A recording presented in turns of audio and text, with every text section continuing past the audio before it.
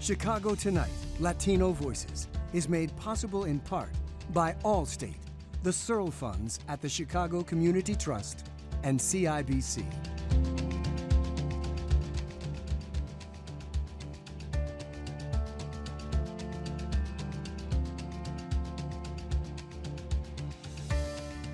Good evening y bienvenidos to Chicago Tonight Latino Voices. I'm Alex Hernandez of Univision Chicago. Primera Hora, we cherish every weekday morning at 5 and 6. Thank you for sharing part of your weekend with us.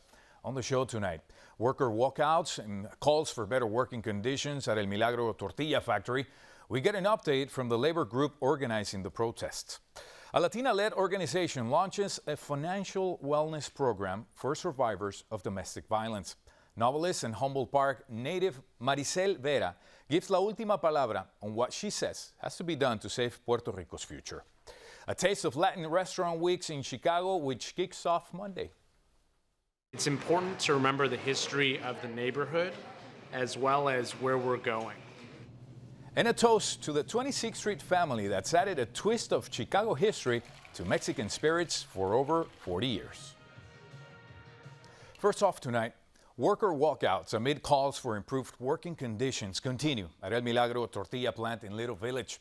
Workers, community members, and labor organization Arise Chicago held a rally at the 26th Street headquarters this week. They spoke out about what they say is a lack of COVID protections, unfair wages, and sexual harassment at the company's Chicago plants. Amid the protests, workers also say the company is ramping up intimidation. Here's some of what El Milagro employee Alma Sánchez had to say in the rally.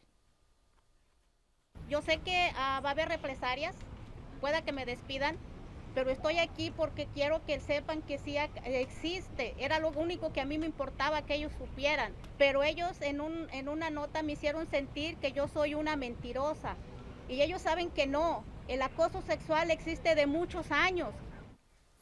Joining us now with more is Jorge Mujica, a strategic organizer for the community labor advocate organization Arise Chicago. Jorge, thank you so much for joining us today. We also invited El Milagro to join us in this conversation, but we didn't hear back. The employee we just heard speaking says she worries about getting fired because of intimidation tactics from El Milagro. What are the workers telling you the company's saying? What the workers say, and actually they showed us on Wednesday, which is payday in El Milagro, on Wednesday the company attached a letter to their checks or pay stubs, clearly threatening them that they shouldn't keep organizing, that if they go out on a strike, they are going to be permanently replaced, and that of course they have the right, but there would be consequences if they keep organizing. The letter talks about strikes, which nobody, the workers are not talking about strikes. And nevertheless, the company comes back saying, if you strike, there would be consequences. So we already filed a charge with the National Labor Relations Board, again in Milagro, that is going to be seen to next week. But they are talking about they do want better wages. Let's clear that out. I mean, and Milagro management doesn't seem to be talking to any media at all. But in flyers, they suggested that your organization, Arise Chicago, is instigating these demonstrations and not working on behalf of the workers. What's your response to that? We don't instigate anything. Workers come to Arise Chicago. We don't go looking for any workers. They come to Arise Chicago when they feel enough is enough. We get a phone call, we get a message in Facebook, we get a text message, and then we start working with them and we start educating them on their rights. If they decide to go on a public movement, then we support that movement. That's our job. We don't make ever decisions for the workers. We just follow, education, organizing, and support for workers who want to improve their working conditions. That's what we do. What was the purpose of Thursday's rally? It seems logical, but what's expected out of this rally? Well, what we did, it was to bring public attention and to bring support for the workers. They realized that just doing it inside the plant, most likely the El Milagro is not going to respond. So what they want is the public pressure, the public to put pressure on the company. So we brought politicians from City Council Chicago, from Cook County, and from the state, senators and state representatives, and we brought faith leaders to publicly say, you know, you are not alone, we support you, and we agree with you. We shouldn't have tortillas made in a sweatshop situation. You know, the public should be aware that these tortillas are being made like if it was, I don't know, a maquiladoras out of the border or a sweatshop in the 19th century. So we support you, and we will put pressure on El Milagro. El Milagro has been a source of employment for many people for many years now, especially at La Villita. What has been the reaction from the community, especially at La Villita? Well, that's very interesting. The workers don't dare to call a boycott. They say, we produce the tortillas, we don't want to boycott our own product. But response in the community, for what I have seen, is let's boycott El Milagro. I mean, we can, you know, prevent it. They get the knowledge of what's going on, and people on their own are decided to boycott El Milagro. So I think the company is going to feel the pressure. Everything I see in Facebook and Twitter and whatnot, TikTok, even in TikTok, is support for the workers. Everybody says, you know, that it shouldn't happen in these inhumane conditions to be producing the tortillas from El Milagro. Jorge, your organization, Arrest Chicago, also filed a complaint, like you mentioned earlier, with the National Labor Relations Board against El Milagro. What is more of the substance of that complaint? The substance is precisely the letter El Milagro gave to the workers on Wednesday, because that's obstructing justice. El Milagro is trying to instill fear on the workers so they stop organizing. But organizing is a legal process protected by the law. Every worker in the United States has the right to organize, and the employer should not, by any means, trying to put obstacles on that organizing effort. Whether it's a labor union or whether it's just a group of workers, they have the right, protected right, to organize, and the company should not put any obstacles to it. If, like you say, the workers are not yet calling for an official strike, what comes next? What comes next is put more pressure on El Milagro, insist on the basic demand is sit down and talk to us about working conditions, talk to us about the measures against sexual harassment, talk to us about uniforms, talk to us, you know, there are 17 demands that the workers have made a list of and exposed to us, and they want to talk about those 17 issues. You know, this is not only about wages. Yes, wages is a component of it, but it's not the whole thing. There are 16 other demands about working conditions. Yeah, one of them is also the dangerous conditions, right? I mean, we've heard in the past employees getting hurt in the workplace, so there's a lot of that about that going on as well. Jorge, we want to thank you for your time. Thank you for joining us, and clarifying this a little bit. We know there's still a lot more about this. Absolutely. Thank you very much. Up next, providing financial stability to survivors of domestic violence. Stay with us.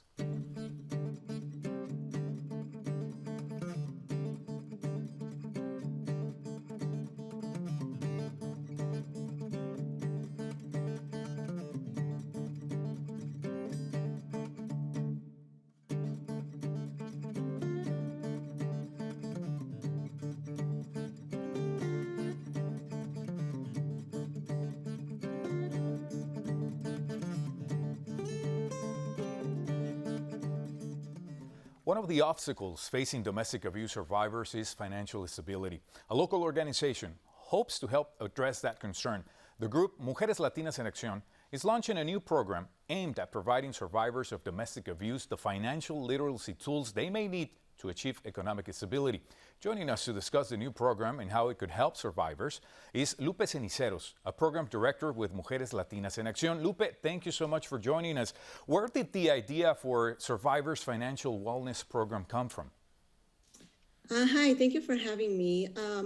Well, as you know, Mujeres Latinas en Acción, the DV program that we have is the biggest program. And so we saw the need when we see that Latinas, women Latinas that go through physical or sexual abuse, it also, most of the time, is accompanied with economic abuse.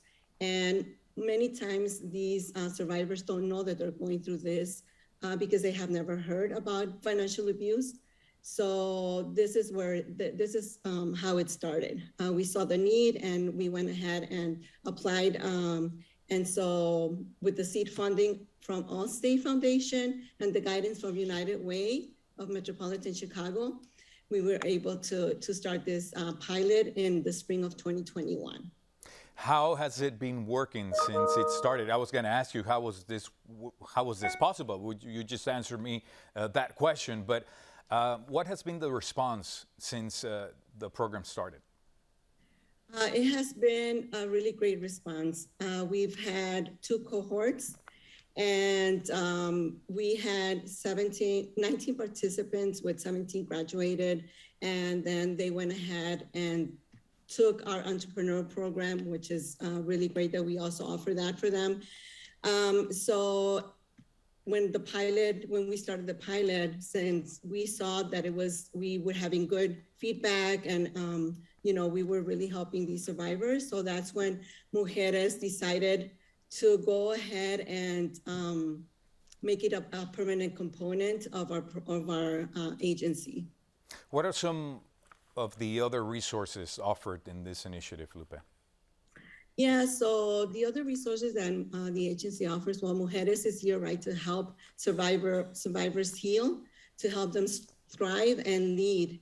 And we do this by offering different programs. In 1981, Mujeres Latinas en Acción established the Healing and Prevention of Domestic Violence. And this program offers safety and crisis intervention services for DV survivors that walk through our doors. We also offer individual counseling, group counseling, and case management. We have children's therapy for children who have witnessed domestic violence.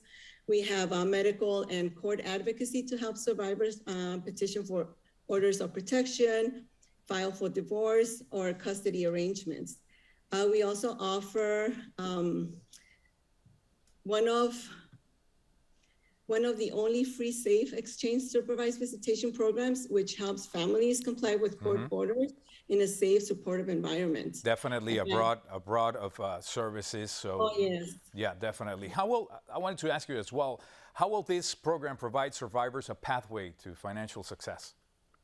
So the good thing about this program, and which we're very proud of, is because it not only we're not only offering the financial literacy tools, but we're also investing in this money in the survivors. So we have a program that offers financial coaching incentives, matching savings plan, and we also have, for those survivors who want to continue onto our entrepreneurship program, we also have a mini business grant that we offer for them. Lupe, according to the Illinois Domestic Violence Hotline and the Illinois Criminal Justice Information Authority, nearly 30,000 people called to report abuse during the lockdown.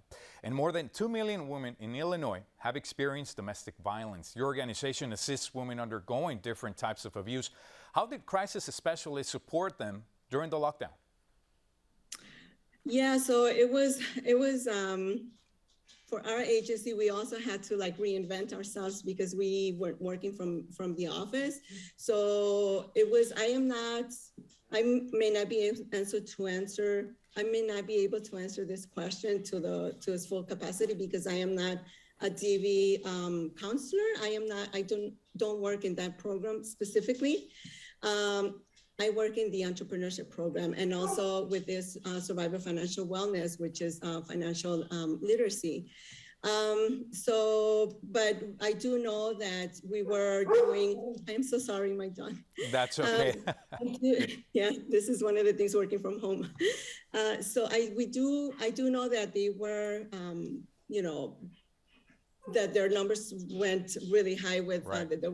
It was just, and they were trying to serve our clients through phone calls, Zoom calls, any way that they could.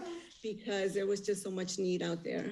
Lupe, we have less than a minute, but I do want to ask, why do you think it's so important to offer the Survivors Wellness Program?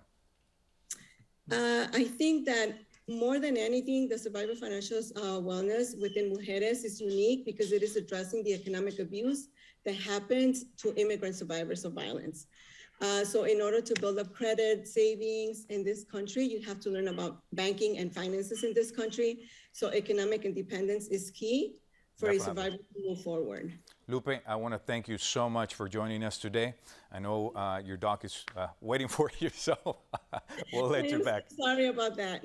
That's perfect. Thank you so much, Lupe. I appreciate it. Thank you. Thank you. Bye-bye. And we're back with more Chicago Tonight, Latino Voices, right after this.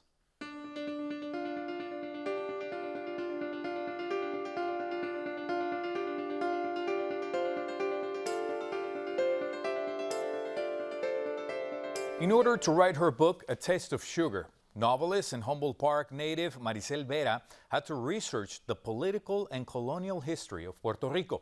It's a history that she says even her parents, who migrated to Chicago from Puerto Rico in the 1950s, didn't know.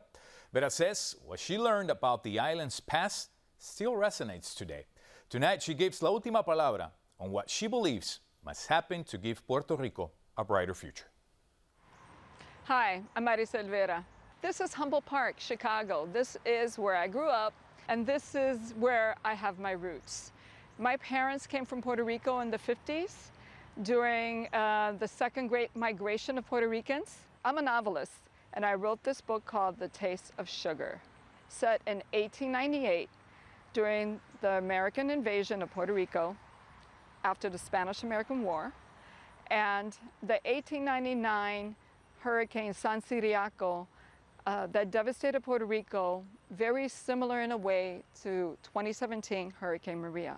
When the United States invaded Puerto Rico in 1898, they devalued the money by 40%. They changed the tax laws. A lot of people lost their land, and they couldn't find jobs.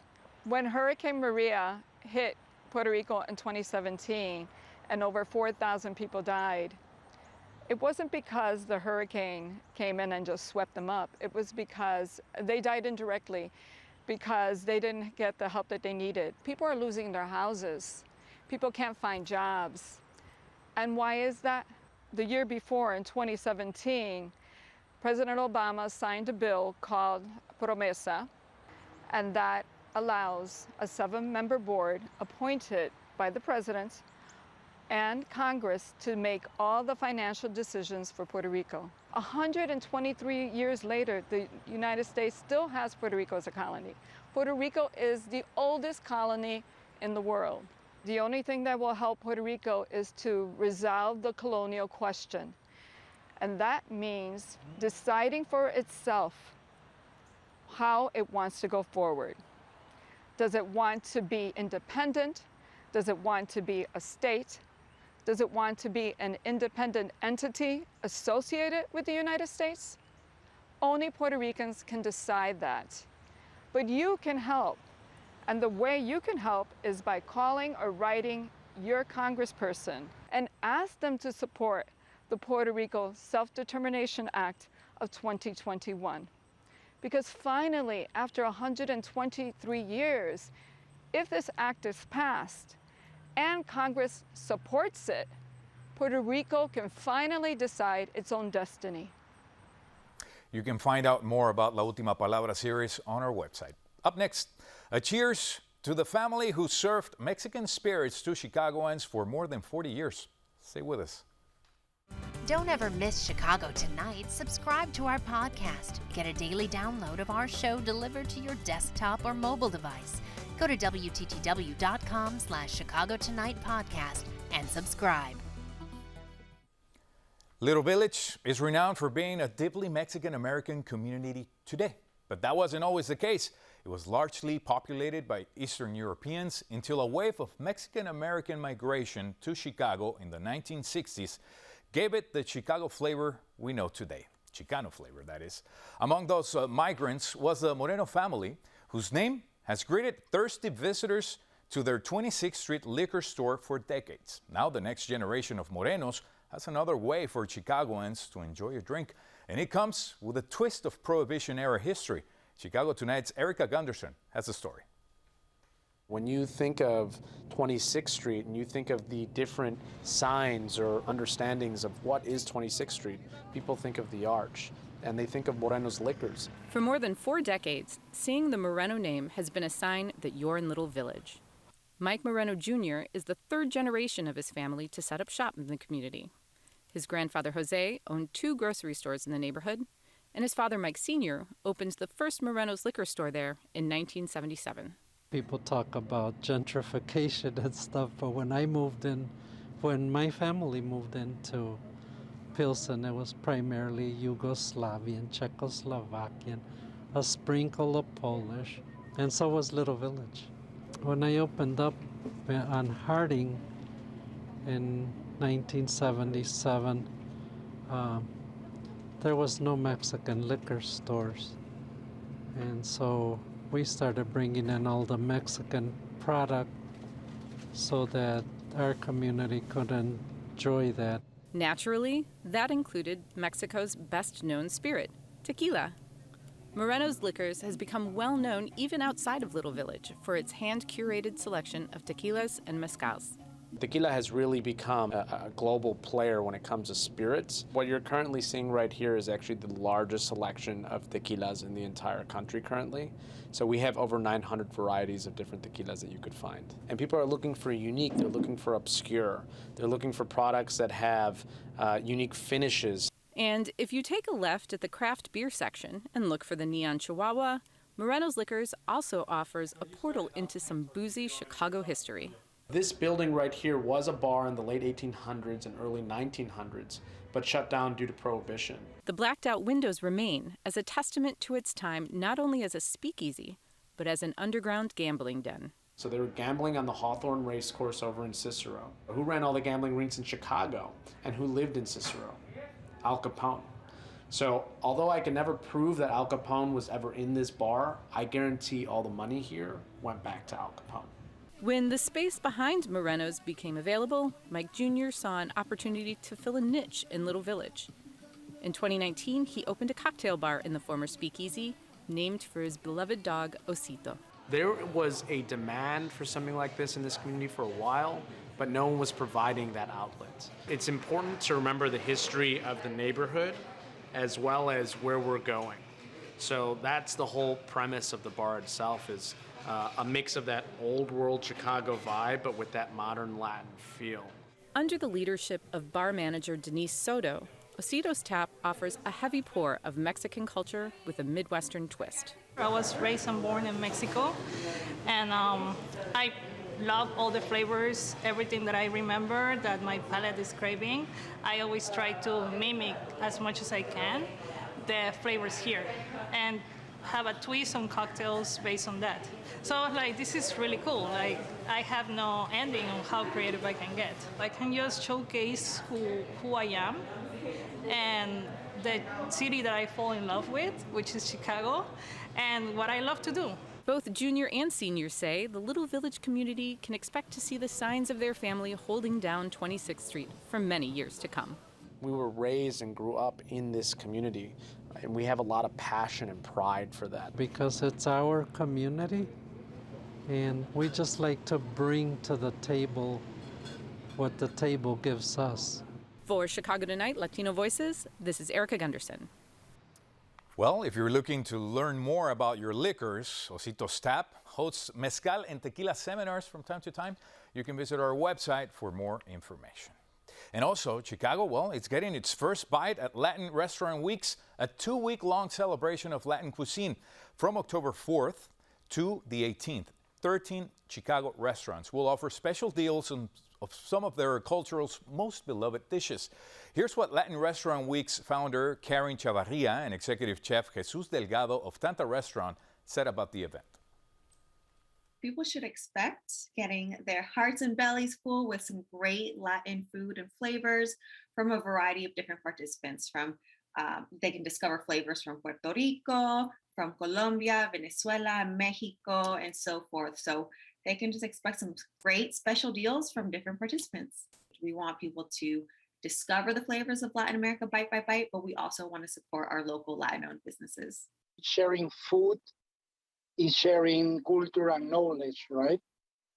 So I think that's what we want to do now.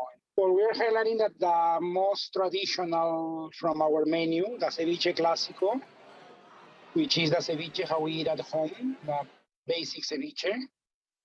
Then the beef anticucho, which is our street food. And then the lomo saltado, which is my favorite dish, actually. Wow, that looks all very good, actually. Well, the cocktail spot we just saw, Ositos Tap, is one of the Latin Restaurants Week's participants, actually. We have a list of the other participating restaurants and more information on our website. Well, that's going to be our show for this weekend. And if you're watching us on a Saturday night, know that you can also catch Latino Voices and Black Voices on Sundays beginning at 10 p.m. And don't forget to tune in to Primera Hora on Univision Chicago every weekday morning. I'll be waiting for you. Next week on Latino Voices, Michael Puente with WBEC will be here in the host chair. Now, for all of us here at Chicago Tonight, Latino Voices, I'm Alex Hernandez. Thank you for sharing part of your weekend with us. Buenas noches.